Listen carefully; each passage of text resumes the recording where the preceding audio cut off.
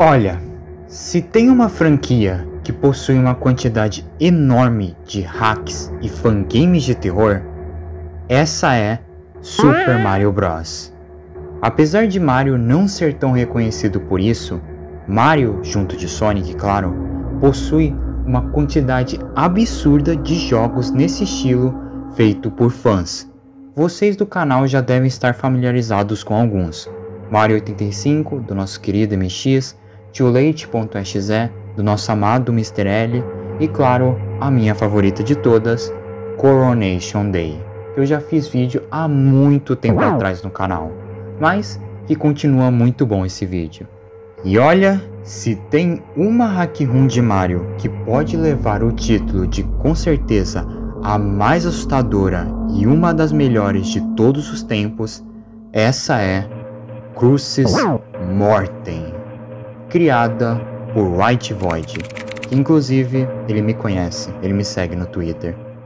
Crucis Mortem deve ser uma das melhores e mais detalhadas hack rooms envolvendo Mario que eu tive o prazer de conhecer. Um trabalho mais do que lindo e bizarramente grotesco, eu diria, que eu já vi sendo colocado em uma simples hack de Super Mario Bros 2, e que apesar de não parecer, esconde uma bizarra história que ainda não temos total conhecimento, mas que envolve coisas como demônios, inferno e talvez até o próprio diabo. Tudo isso em um simples jogo de Mario. E bem, eu estou aqui para lhes contar sobre tudo isso. Tenho certeza que eu vou ser chamado de ocultista ou alguém maligno por ter feito esse vídeo, mas eu já fui chamado de coisas piores ao longo dessa minha jornada no canal. Então, tanto faz pra mim. Deixa eu só mudar o meu visual aqui. O que foi? Eu tenho meu visual para os vídeos de Sonic, é claro que eu vou ter para os vídeos de Mario também. Venham todos comigo, meus membros do culto Slenderman, inscritos nesse canal, que vão deixar o like, se inscrever, compartilhar, hypar o vídeo e claro, se inscreverem caso não forem inscritos, porque senão eu vou mandar vocês diretamente à parte mais profunda do inferno para sofrerem por toda a eternidade, e vamos entender o jogo de Mario criado pelo Anticristo.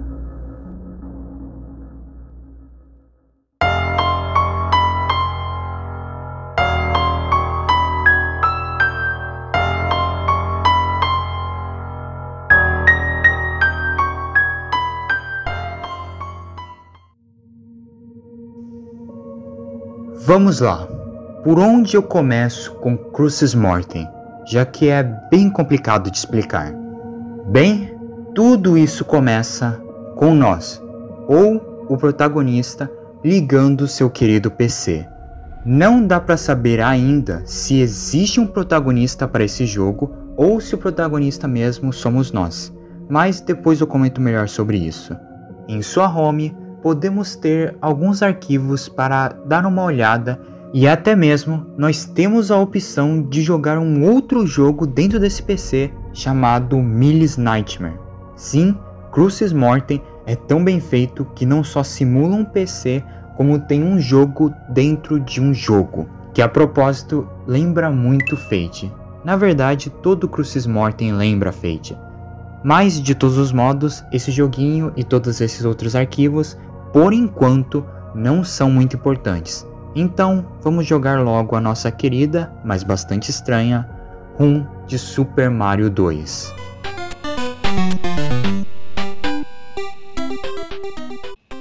Logo de começo é óbvio que as coisas pareciam bem estranhas.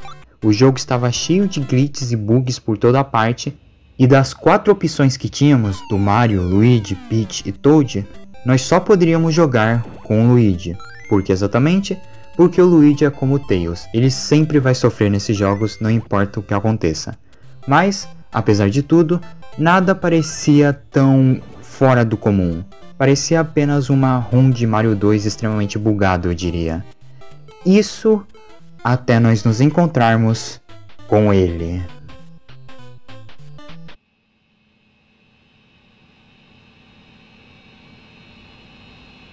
O que é isso? O que é isso? Esses braços, essas pernas, esse corpo, eu odeio.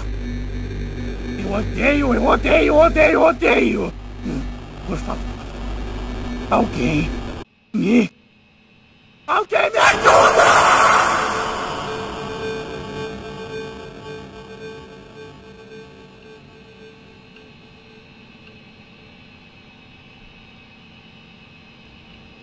Voltamos a jogar com Luigi em um cenário muito mais obscuro e eu diria mais realista para os padrões de um jogo do Mario.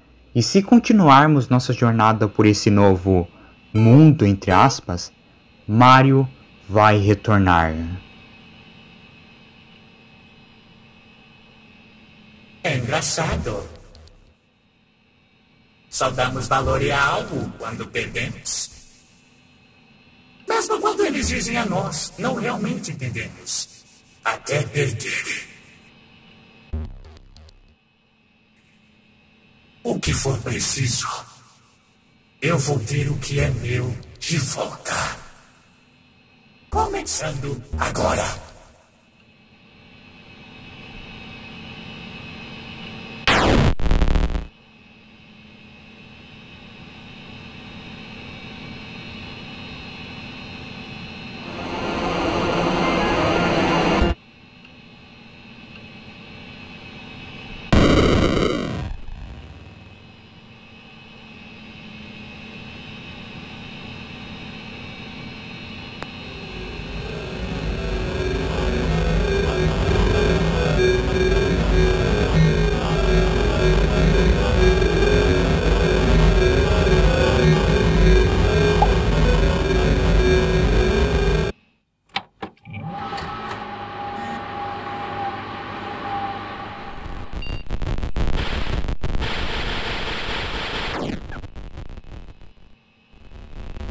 Luigi acorda preso em uma caverna, e após soltar, é hora de nós explorarmos o tal lugar. Há inimigos e criaturas bizarras por toda a área, novamente realistas demais para os padrões dos jogos do Mario, até que nós encontramos com um pequeno Toad, que, digamos assim, faltava uma grande parte do seu corpo.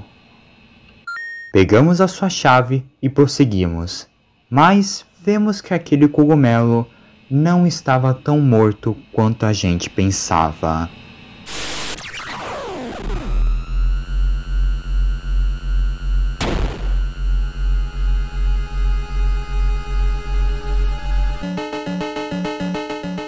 Assim, após escaparmos daquele monstro em forma de cogumelo, ele novamente se comunica com nós. Espero que esteja se divertindo. Porque eu não. Agora que estou sabendo o que posso fazer, você não pode parar de jogar. Eu posso te manter aqui. Então, não fique no meu caminho. Eu realmente sinto muito. Mas para de sair, eu preciso fazer isso.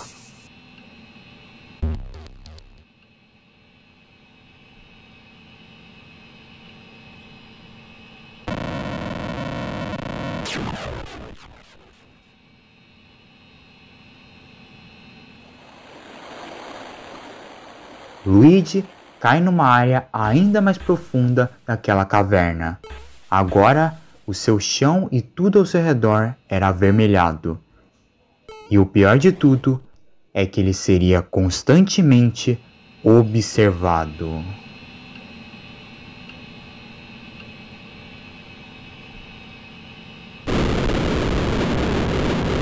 Se caso nós completarmos essa parte do jogo, a demo se encerrará.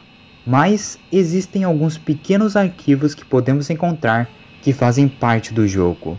Um deles é um que exploramos uma área um tanto estranha e lá podemos achar o corpo podre do Mario sem rosto preso por correntes, com um texto dizendo que aquilo não estava mais vivo. E se entrarmos em outros arquivos, podemos achar outra área estranha daquelas cavernas que nós estávamos antes. E lá até vemos outro corpo de um Toad.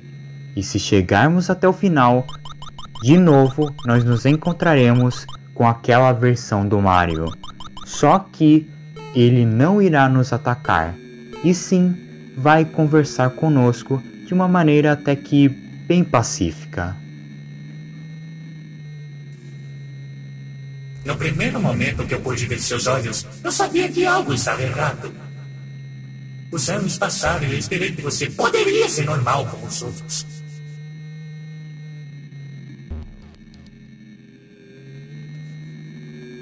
Como eu fui estúpido. Agora olhe para você. Ah, Deus, você age de uma maneira misteriosa. Essa é sua maneira de me punir? Por que você ainda está aqui? Saia daqui e nunca mais volte. Eu sei que muita gente deve estar muito confusa agora nesse momento do vídeo, mas deixa eu explicar melhor.